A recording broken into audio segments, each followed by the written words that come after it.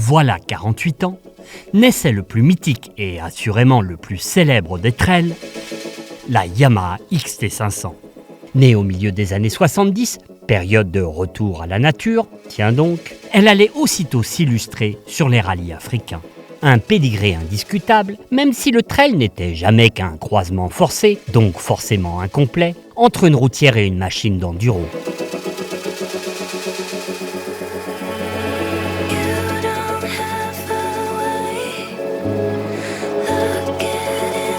Pourtant, 48 ans plus tard, il paraît qu'il suffit d'appuyer sur un joystick pour passer d'une routière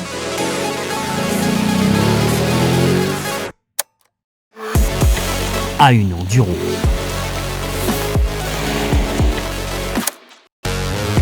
Voire à une machine de rallye raid. C'est en tout cas ce que prétend réussir la bien ou mal nommée, ça on verra plus tard, Ducati Desert X Rally. Rien que ça.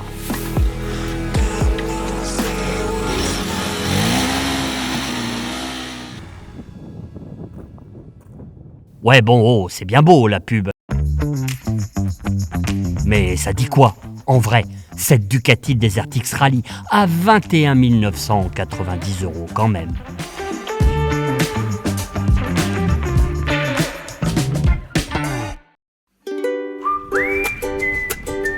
Loin des paillettes et du strass, c'est une histoire un peu moins glamour que je vais te conter. L'histoire d'un road trip de 7000 km en 16 jours, dont 2500 de route depuis Paris jusqu'à l'historique Air Rachidia, le tout chargé comme un Rimaroun, un âne quoi, à savoir avec bagages, outils et pneus de rechange.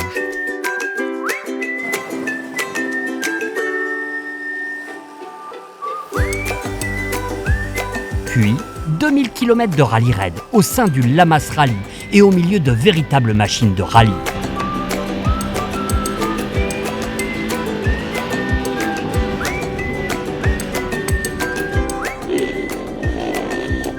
Sans assistance, sans mal, voire même sans outils, mais ça je t'expliquerai un peu plus tard.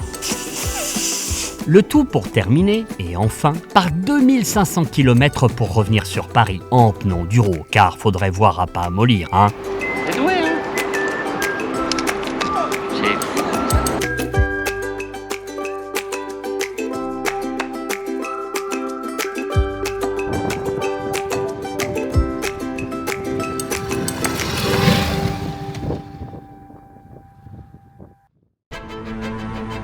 C'est comme ça qu'un lundi matin, j'ai commencé ce trip par un truc bien chiant.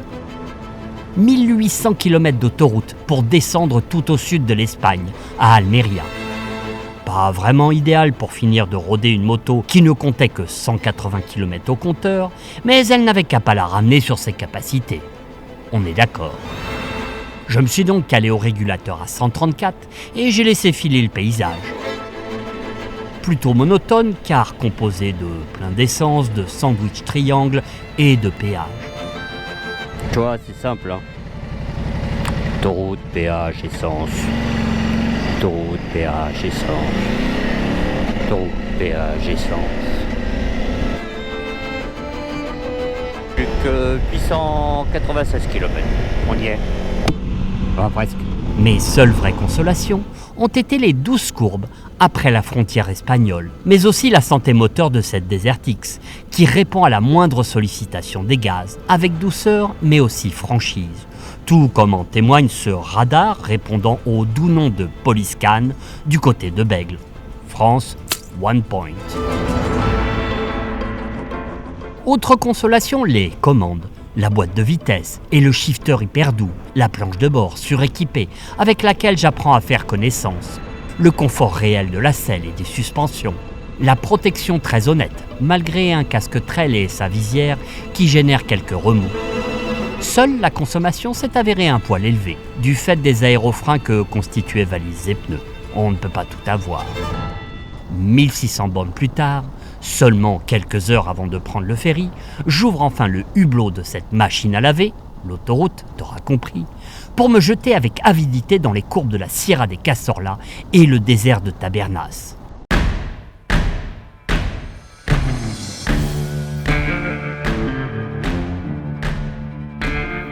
D'ailleurs, si je te dis désert des Tabernas, Tu vas tout de suite me répondre décor de western. Oui, mais pas que. Je vais t'emmener ailleurs, faire le tour ailleurs.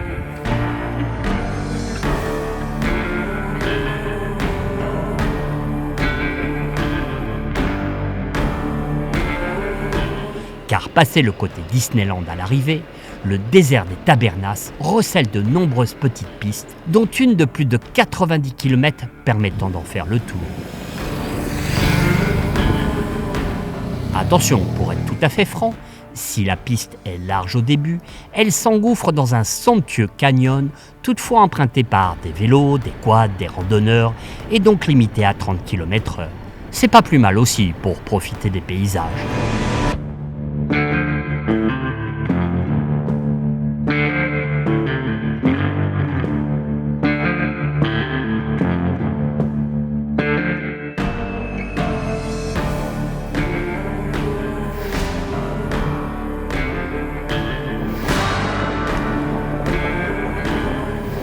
Un peu plus loin, la piste devient plus propice à la vitesse. Mais elle se transforme parfois en de petits sentiers monotraces avec quelques beaux franchissements.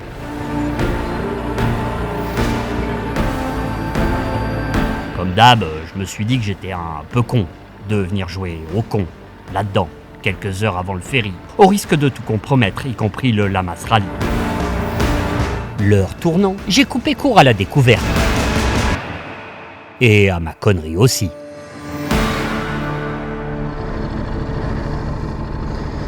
Et voilà, on revient au village de Cowboy et à la route. Fissa, j'ai filé vers le port d'Almeria. Tu vois, ça avec une enduro, laisse tomber, oublie. J'aurais déjà fait 4 moteurs, 2 embiaillages, soupape, pas tout quoi, tu vois. Port d'Almeria, où j'étais loin d'être le seul à embarquer avec mon maxi trail pour la terre promise des grands espaces, le Maroc. 22h30, le ferry m'engloutissait enfin.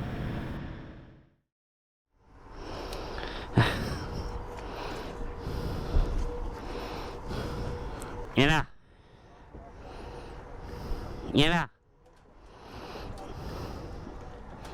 Première question à la douane marocaine, avez-vous un drone ? Oui, mais pas que. J'ai aussi l'autorisation de tournage cinématographique et d'utiliser un drone. Cette fois-ci, j'ai fait les choses bien, même s'il est toujours interdit de filmer sous douane. Allez, c'est reparti. Hein. Ce matin, c'était déballage complet pour tout le monde. Hein. Viens avec moi.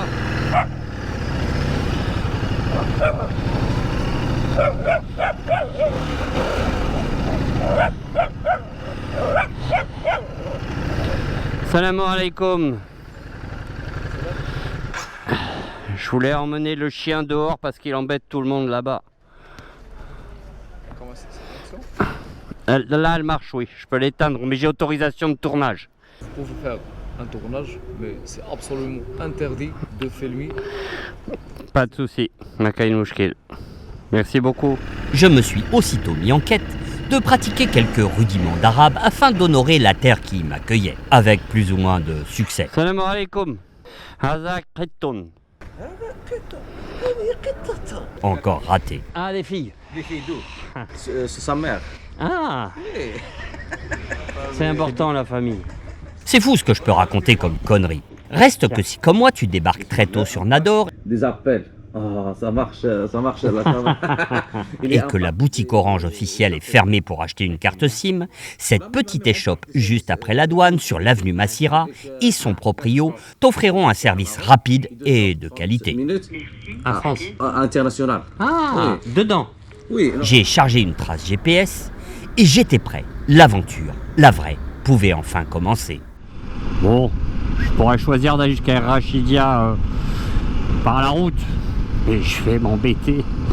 Donc, ce que je vais faire, c'est qu'on va rejoindre une piste de l'Africa Ecorace. Elle est roulante, hein, ça va. Je la connais. R18 break. C'est ça, fais le malin, elle est roulante. Roulante sur toi-même, ouais. Sans doute une GTL.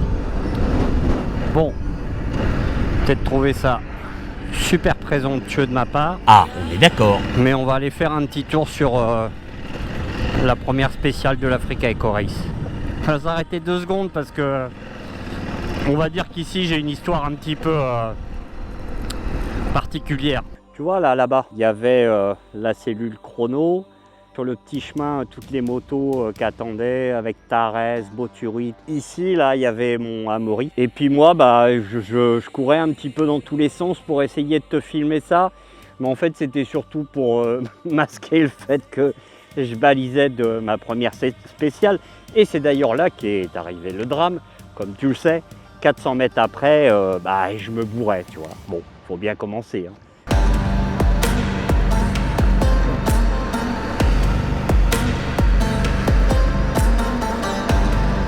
Waouh! Il y a des dangers qui n'étaient pas là à l'époque, hein. Tu me diras, du coup, j'aurais peut-être pu me bourrer 100 mètres avant, hein. Alors, tu vois, là, tu plonges dans un oued et quand tu ressors, il y a une petite langue de sable, hein. Pas grand-chose, hein. Mais ça suffit. C'est marrant, hein, comme l'appréhension fait tout et comme les mauvaises expériences te paralysent. Au niveau du fameux bac à sable, j'ai pas pu m'empêcher de couper les gaz et de passer comme un débutant. Ah, c'était là. Tu vois? Je sais pas quoi te dire, la peur, sans doute. Une insupportable petite voix qui me disait « C'est sûr, tu vas tout poser, tu vas casser du matériel et c'est pas le moment, en plus tu vas t'épuiser à la relever. » Bon, j'avoue qu'étant désormais seul sur cette piste perdue, sur le papier, la hauteur de selle, les 110 chevaux et les 211 kilos de la Desert X Rally avaient quand même de quoi m'impressionner. Et me freiner. Le truc a duré 2 bornes, à peu près. Puis, parce que je me sais capable du meilleur comme du pire, j'ai mesuré ce que j'appellerais le toucher de piste de cette moto. Ouais, elle vaut une blinde. Mais les équipements qui parlent à Desert X Rally sont d'un niveau incomparable. La Kayaba revêtue Kashima, à cartouche pressurisée, dotée de 250 mm de débattement, là on est presque sur une meule de crosse, ainsi que la morteau arrière Kayaba, font un travail remarquable de douceur, de retenue et d'efficacité. C'est aussi l'occasion de te montrer que, certes, le poids est ton ennemi. Mais si tu prends le temps et que tu fais pas n'importe quoi, ça passe à peu près partout. Salam alaikum. Salam. Ah oui, c'est pas ton propos, on est d'accord. Cette meule est juste bluffante.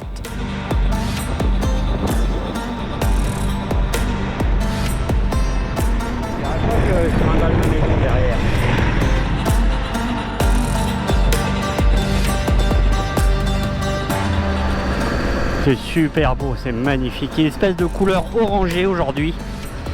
Une fois de plus. Pour rejoindre Rachidia, j'ai décidé d'alterner routes et pistes.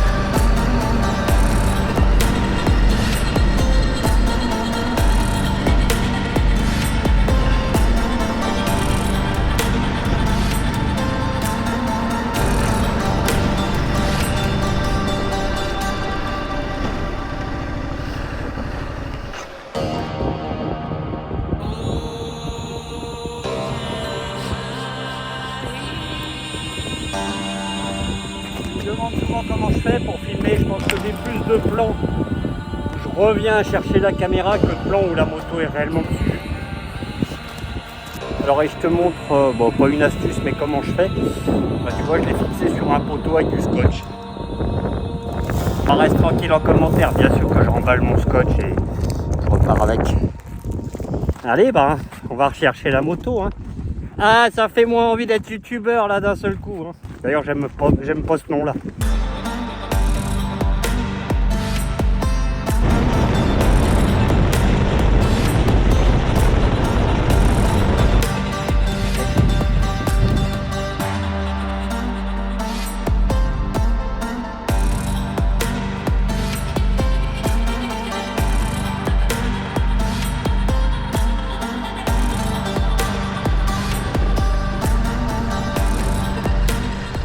Éventuellement là,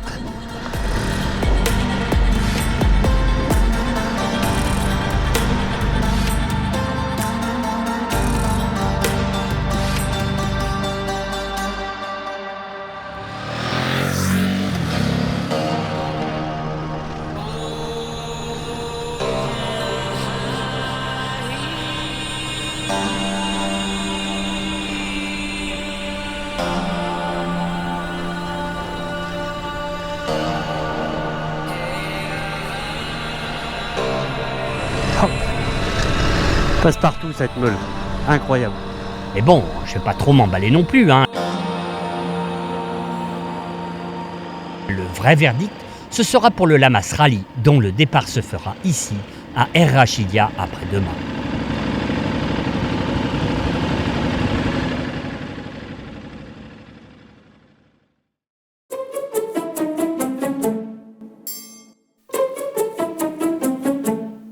Bon, là, tu te dis que participer à un rallye, c'est forcément une usine à gaz, nécessitant d'avoir fait des résultats sur d'autres épreuves, d'avoir vu ton cardiologue, d'avoir pratiqué un test à l'effort, et plein d'autres trucs chiants comme le vent. Je vais te détendre tout de suite. Pour le Lamas Rally, tu t'inscris, tu payes sur internet et le jour J, tu viens avec ton assurance rapatriement, ta moto en règle avec le code de la route et ta carte grise. Qu'est-ce que j'ai fait? J'ai pas la carte grise. Bon, tu signes quand même quelques papiers que tu éviteras de lire comme tout contrat, sinon tu vas de suite rentrer chez toi. I signed so many papers without reading. What I know is I have to sign. On va te prendre en photo et te mettre un bracelet pour t'identifier une fois retrouvé sec dans le désert. Ah non, je déconne. Ah, la prison déjà. On te posera quelques questions sur ta santé où tu te trouveras d'un seul coup une véritable hygiène de vie. I don't. Tu pourras aussi faire un état des lieux avant le départ. Any further injuries, broken bones in the past, surgery? You don't have enough page. No. Twice a broken collarbone. Collarbone dislocation here. Piano touch, we call it in French. Here dislocated here. To Everything on the right? not always. Twice both knees outside broken. Double wrist fracture. On te prendra la tension, on te filera un t-shirt, on te remettra un numéro de course que tu pourras directement aller coller sur ta moto en même temps que tu passeras à la case suivante, préparer ta moto. Là non plus, pas d'inquiétude, ça va aller assez vite. Surtout si, comme moi, tu es venu par la route sans mal d'outils ni pièces de rechange. Pour être tout à fait honnête, J'ai pas beaucoup de choses de rechange. Donc ok, je le fais en autonomie, mais tu vois, j'ai pas la malle de pièces. Non, j'ai un levier d'embrayage, un levier de frein avant, une pédale de frein arrière, un sélecteur, et puis c'est tout quoi. Tu vois, j'ai même pas un filtre à air ni rien. Par contre, il y a quand même un tout petit travail à faire au préalable. Tu vois, là, je veux pas rouler avec de la Naki Wild et j'ai 2-3 petites choses à faire sur la moto. Donc je t'emmène pour la prépa avant le rallye.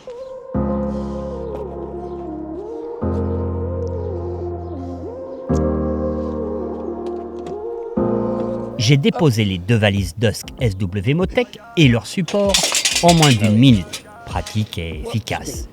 Le porte-paquet, je vais le garder parce qu'il va quand même me servir à emporter un peu d'outils pour les crevaisons. J'en ai aussi profité pour virer ce qui ne servait à rien. Les caoutchoucs de repose-pied pilote. Enfin, ça sert à rien, pas en off-road. Les repose-pieds passagers. Il y a une bille. Plus le support de repose-pied passager côté gauche. Tu vois, lui, je vais quand même le démonter parce que mine de rien, si j'enfonce, je vais venir abîmer le bras oscillant et puis ça va me faire gagner un tout petit peu de poids, tu vois. Comme je suis un peu maniaque, j'ai refait ma position de conduite. J'ai mes petites habitudes, autant sur la route, j'aime bien ramener le guidon comme ça, vers l'arrière. Déjà, tu as plus de force pour pouvoir faire du contre-braquage, tu maîtrises vraiment mieux la moto plutôt que d'avoir un guidon comme ça et d'être assis comme ça, ce que j'appelle une position de loser. Donc voilà, moi je le rabaisse plus comme ça, un peu façon supermote. Et par contre là, c'est vrai que pour aller faire de l'off-road, il faut vraiment le relever, quoi.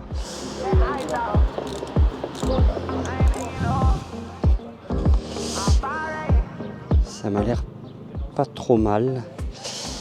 Bon, t'oublies pas de régler la hauteur des leviers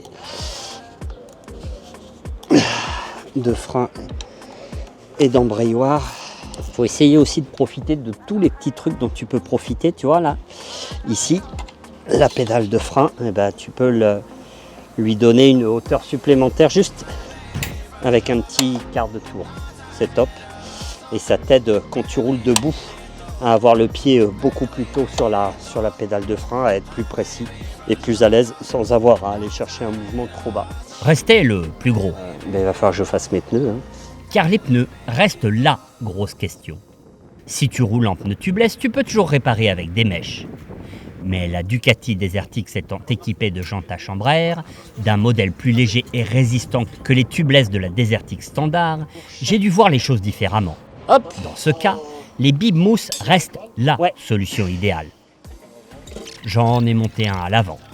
Hop, hop, hop. T'es généreux, hein? Et oui. Le Suisse est généreux sur la graisse. Pas un autre? Non, ça va. Ok. On le sent détendu, le Suisse. Hein. Tu vois quand même la grosse différence entre rouler tout seul et faire des courses où tu rencontres des gens, c'est que tu te fais aider, voire même ils font les choses à ta place. Genre de branleur, quoi. Bon, je m'excuse, je suis désolé. Non, mais sans déconner. Bon. Bravo Lolo. Bravo. Merci messieurs, bravo. Déchirez le gant. C'est le seul truc que j'ai réussi à faire. En revanche, Bravo. à l'arrière, un bib ou un système anti-crevaison tubeless se monte au mieux dans une jante de 2,5 pouces de large, pas dans la jante de 4 pouces de la Desertix Rally, où j'ai dû me résigner à monter une chambre à air. Tu vois, il a fait 2500 bornes de route, il a une bonne claque, mais je pense qu'il peut faire sans problème encore le double. Côté pneus, j'ai opté pour des Michelin Desert Race sans hésiter. À partir de là, normalement, t'es bon. Sauf si, comme moi, tu souhaites apporter la touche finale, celle du chef, du maître, que dis-je, de l'artiste, à savoir faire le plein et laver ta moto. Bon, tu me poses souvent la question de savoir quelle moto il faut acheter, ou laquelle je préfère. Pour moi, il y a juste 2 sortes de motos. Il y a les motos propres et les motos sales, sachant que globalement, je préfère le deuxième type de moto. Tu constateras assez facilement que les motos sales sont les motos qui servent. Mais quand même, je vais faire un effort parce que déjà, en termes de présentation, pour le Lamas Rally, ce sera plus sympa. Donc je vais la laver.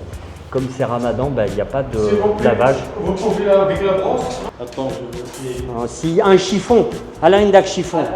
Chiffon, c'est mieux. Attends, on va faire comme ça. Mais je vais faire moi, t'inquiète.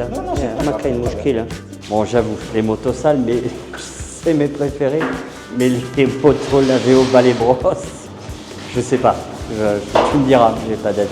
Voilà, mais il n'y a pas d'éponge, donc balai brosse. Je voulais le faire moi-même, il n'est pas d'accord.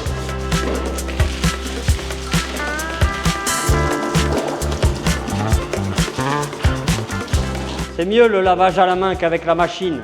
Oui. Avec la pression, ça peut... Ouais. Attends, maintenant je veux prendre... Ah, la soufflette. Important pour le finish, la soufflette.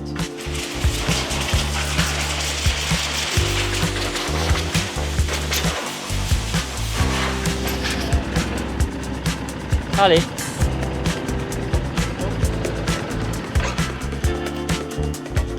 Le plein, s'il vous plaît. Ah ouais, bien le plein. Ouais, c'est bien. C'est pas mal, c'est pas mal. Ce plein-là, jusqu'à Merzouga. Ce plein-là jusqu'à Merzouga, Inch'Allah. Là, on n'est jamais sûr, mais normalement, ça devrait le faire. Shukran kassiran. Allez, il me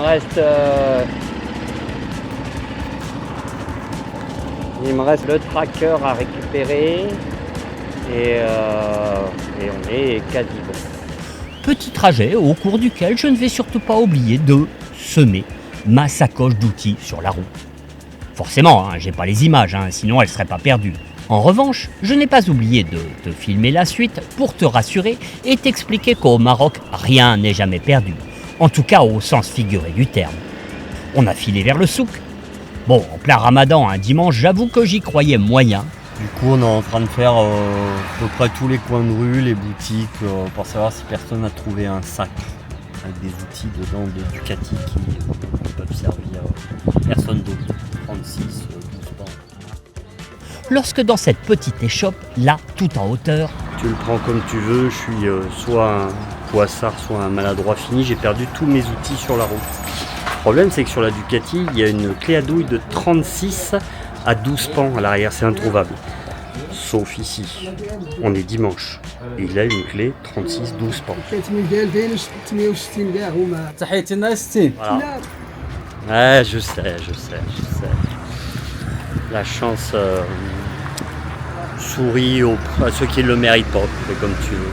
Quitte à n'avoir que peu d'outils, autant ne pas mourir de faim. J'ai donc poursuivi par un petit tour de marché pour acheter les fameuses dattes Majoul, les meilleures par ici. C'est quoi la meilleure qualité qu'il faut? C'est les dates du pays. Elle s'appelle comment? Mejhoul. Méjoul. Donc si tu cherches des dates, tu prends Méjoul, l'inconnu. Ah, Vous pouvez goûter. génial.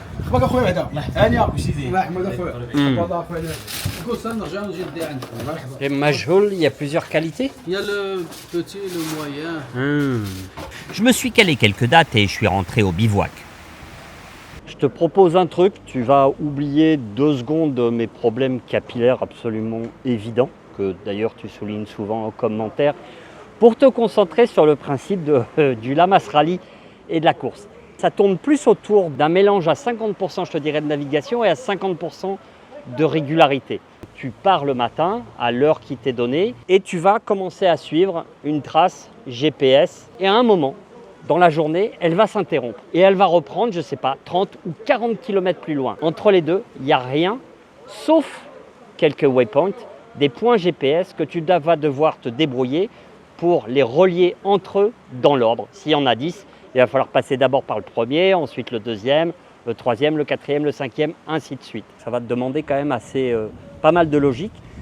Des fois, les pistes, il n'y en aura pas, donc il faudra couper au cap pour rejoindre. Parfois, il vaudra mieux prendre les pistes parce que il y a des waypoints aussi à trouver. Il y a aussi des waypoints masqués que tu ne vas déclencher que dans un rayon tout petit de 20 mètres. Ça, c'est pour la catégorie GPS. Il existe une autre catégorie où tu peux t'engager, la catégorie roadbook. Même principe, tu suis une trace GPS lors des liaisons, mais quand tu arrives à l'endroit où s'arrête ta trace GPS, tu peux basculer en mode roadbook. Tu vas faire défiler tout à fait classiquement ton roadbook avec une télécommande. Voilà. Et une fois que tu auras fini ta spéciale en roadbook, tu pourras revenir sur ton Osmand pour continuer à suivre la trace. Voilà. Quoi d'autre? Rien. Et il te faut une tablette pour faire de la navigation ou un GPS. Tu peux faire aussi tout au GPS. Et je te dirais, basta cosy, quoi. Viens goûter au plaisir du rallye raid en mode découverte. je me suis calé quelques dates supplémentaires et je suis allé me coucher.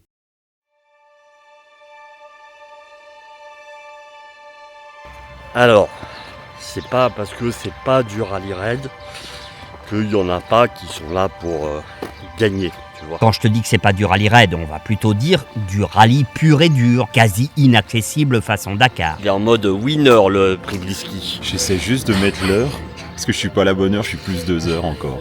Que des menteurs. T'as pas dormi quoi, en gros. De toute façon, le seul truc qu'il faut savoir, bâbord, tribord. C'est vrai, ce qu'il faut savoir. c'est vrai. C'est prêt? Pas du tout. Qui va pas? Il faut que je retrouve comment on change l'heure, parce que moi je suis à 8h et à 9h.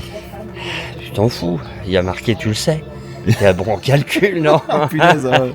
Déjà qu'il faut qu'on calcule nos heures d'entrée. Je te présente José. José qui a persisté dans ce qu'il faisait à l'école, c'est-à-dire il était nul. Et donc depuis très longtemps maintenant, il a le double zéro, qui signifie que tu es... Ben 0, hein, et très très nul. Oui mais tu sers à quoi? À rien. Non. Pour de vrai sur le rallye. Je suis l'ouvreur. Donc tu vois en fait t'as plus qu'à suivre sa trace après. Non parce qu'il a des pneus qui font pas de trace, il lui donne des pneus sans tétine. Il n'a pas le droit. Allez casse-toi. Vas-y, faut que tu y ailles. On attend après.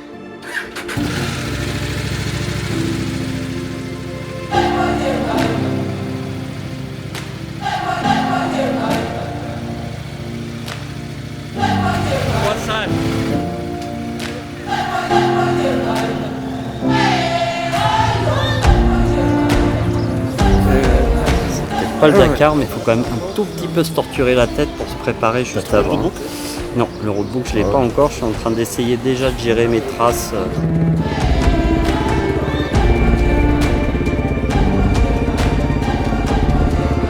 Hey,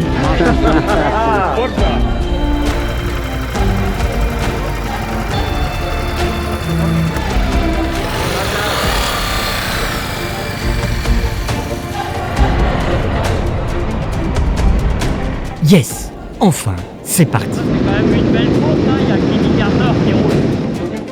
Bon, tu le sais sans doute, avec un Africa Eco Race dans les pattes, je suis loin d'être un lapin de 3 semaines en navigation. J'espère que c'est bien clair pour toi. Je dirais même, prépare-toi, ça va claquer sévère. Tripmaster ajusté au mètre près, boussole au centième de degré près, note déchiffrée à la milliseconde, pilotage incisif et tranchant, la concurrence allait prendre cher au moral d'entrée de jeu.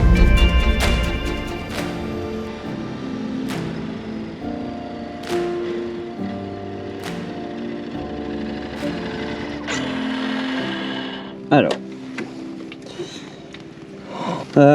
j'ai déjà fait une bonne connerie, c'est que j'ai pas lancé mon chrono au bon moment, donc je sais pas exactement combien je dois rentrer, si ce n'est que je suis parti à 31.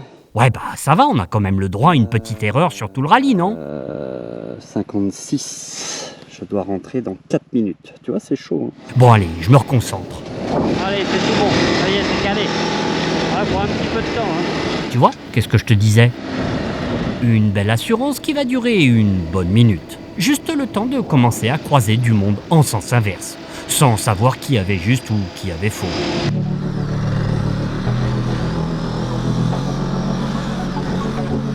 Le temps aussi de doubler des mecs aussi paumés que moi.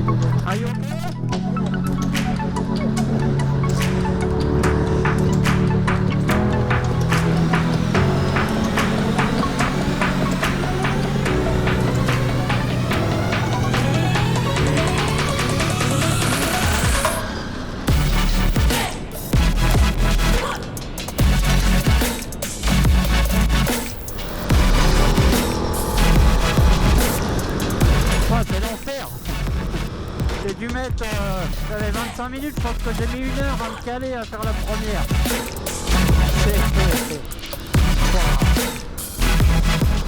Piste principale, pas évident.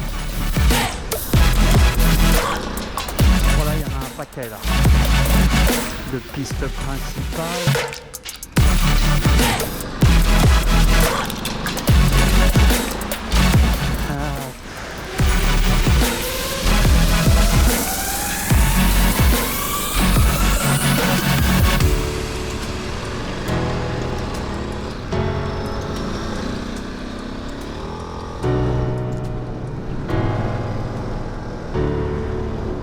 Bon,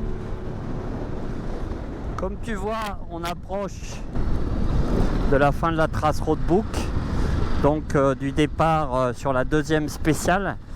On va essayer d'être un petit peu plus brillant que la première. A priori, il n'y a pas de mal. Hein. T'as beau avoir déjà fait de la nave, bah voilà quoi.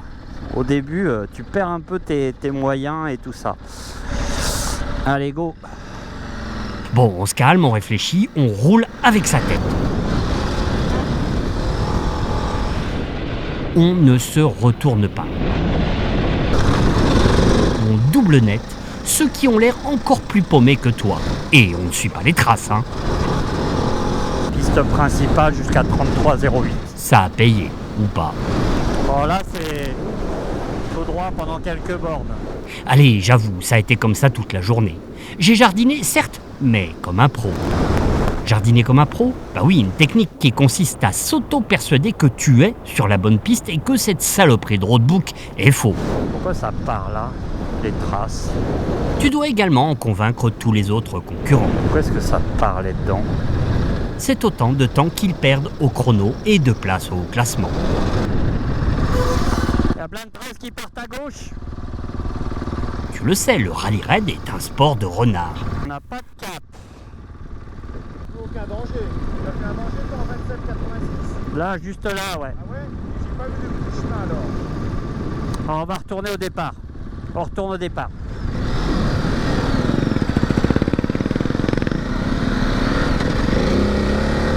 Ça va être celui-là. Et celui-là, le 2786.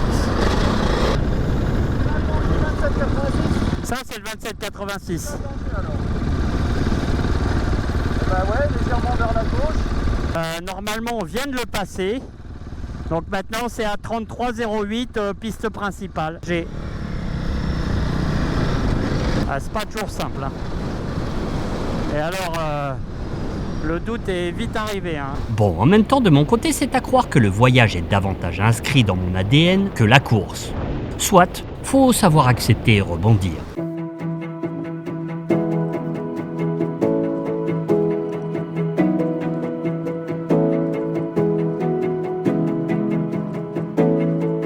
Tiens, du coup, avec ma Desert X, je t'emmène à la découverte de ce splendide canyon au sud des Rachidia.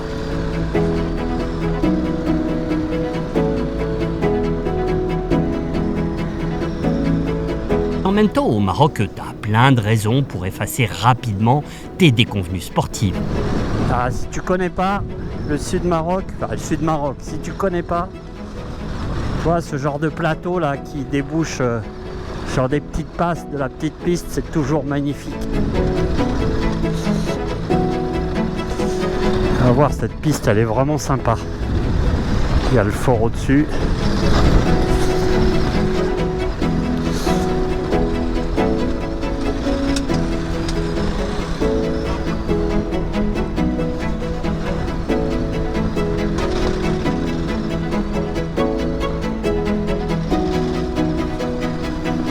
Un must, un classique, que dis-je, un standard absolument à faire. Très très belle cette liaison. Bon, pour une première journée déjà, t'es au cœur du truc. C'est magique. Hop hop.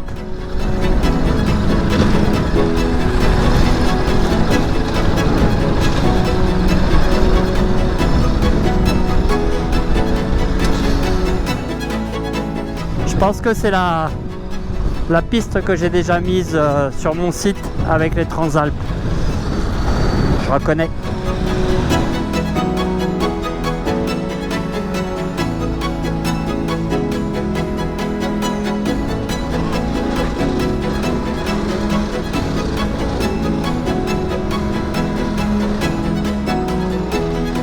Tout comme cette oasis à une poignée de kilomètres seulement de la frontière algérienne.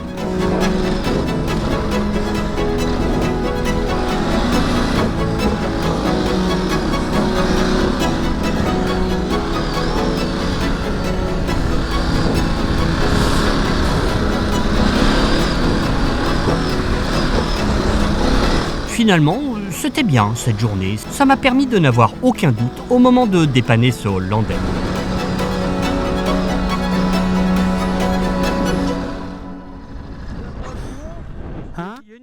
En revanche, tu vas bien me reconnaître dans ce qui suit. J'ai fait, mais alors, super fort. De l'essence, il m'en restait bien assez. Le mec voulait une pierre pour caler sa moto. Ok, je lui ai trouvé.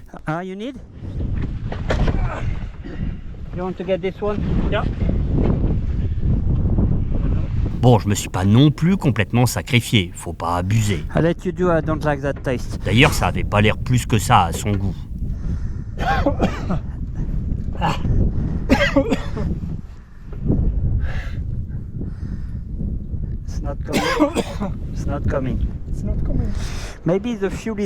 En couchant la Ducati sur le flanc, j'ai fini par réussir à lui extraire de l'essence en oubliant un détail, mais alors vraiment insignifiant. À l'arrière de ma Desert X était sanglée une outre remplie d'essence. 3 litres, on ne se refait pas, hein.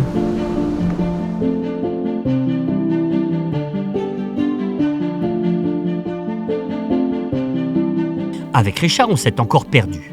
Du coup, on a décidé de rejoindre Merzouga en coupant au cap. C'était vraiment magique.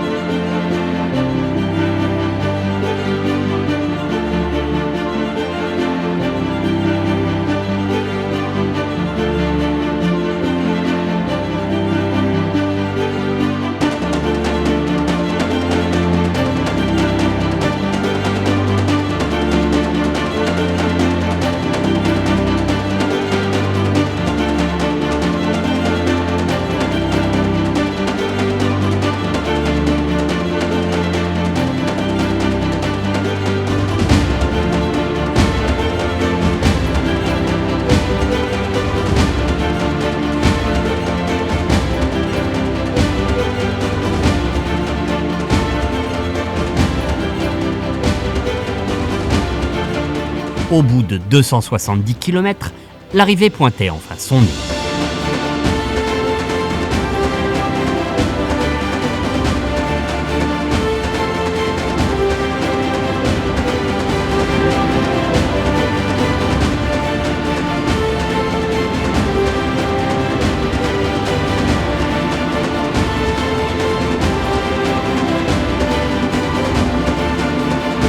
La journée était loin d'être terminée.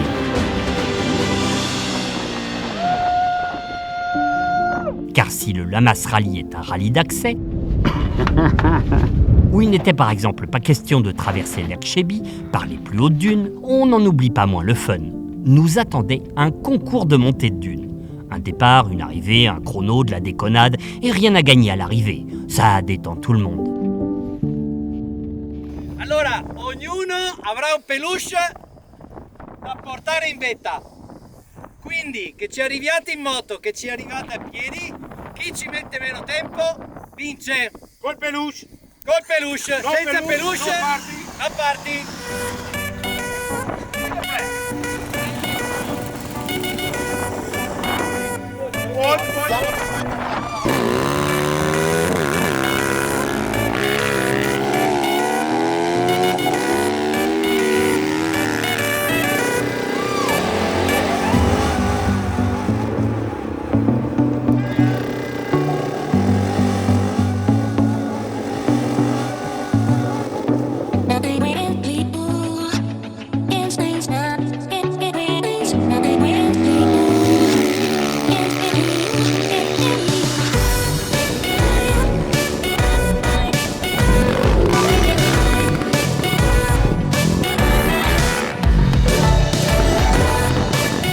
La Desertix n'a bien évidemment pas rechigné à la tâche.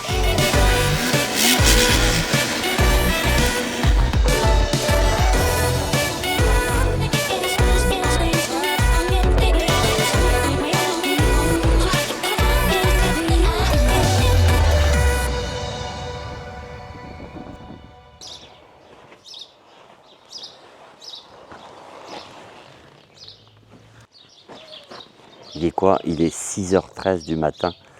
On reconnaît les angoissés du départ. Pour changer. Qu'est-ce que ça fait hier? Hier, ça s'est bien amusé. Pourquoi? Parce que c'était assez sympa. Découvrir un peu le roadbook qu'ils ont fait, ce système de roadbook qui est sympa. Bon, puis après, quand on était perdu et que ça ne marchait plus, c'est quand on allait se balader. À la fin, là, sur les petites dunes de Merzouga que tu connais, là, c'était sympa. Ouais, c'est vrai que t'es pas obligé non plus d'être toujours dans la course, tu vois. Tu fais des coupes au cap, tu grimpes sur les montagnes, les dunes. C'est joli aussi de faire un peu de tourisme. Bon, en attendant, place à la deuxième journée de course.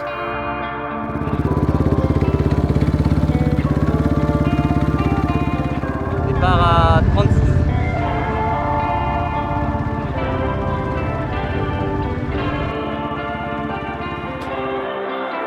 Bon, il y a toujours des énervés, mais le truc consiste à ne jamais se laisser impressionner et à se dire que toi aussi, tu mérites ta place.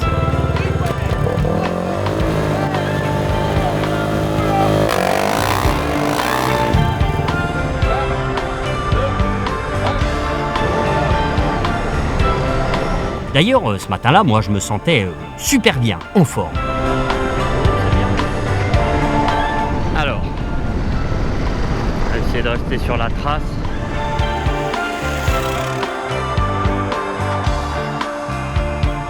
Bon, j'ai juste oublié l'implacable loi de Murphy.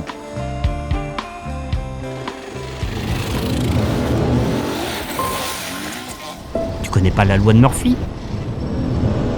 Élaborée par un ingénieur américain de l'aérospatiale et qui veut que, s'il existe au moins deux façons de faire quelque chose et qu'au moins l'une de ces façons peut entraîner une catastrophe, il se trouvera forcément quelqu'un, quelque part, pour emprunter cette voie. J'étais donc en train de bidouiller mes caméras, comme d'hab, et d'arriver sur le départ de la spéciale en me disant « Ah bah voilà, voilà que la loi de Murphy s'est appliquée, implacable ».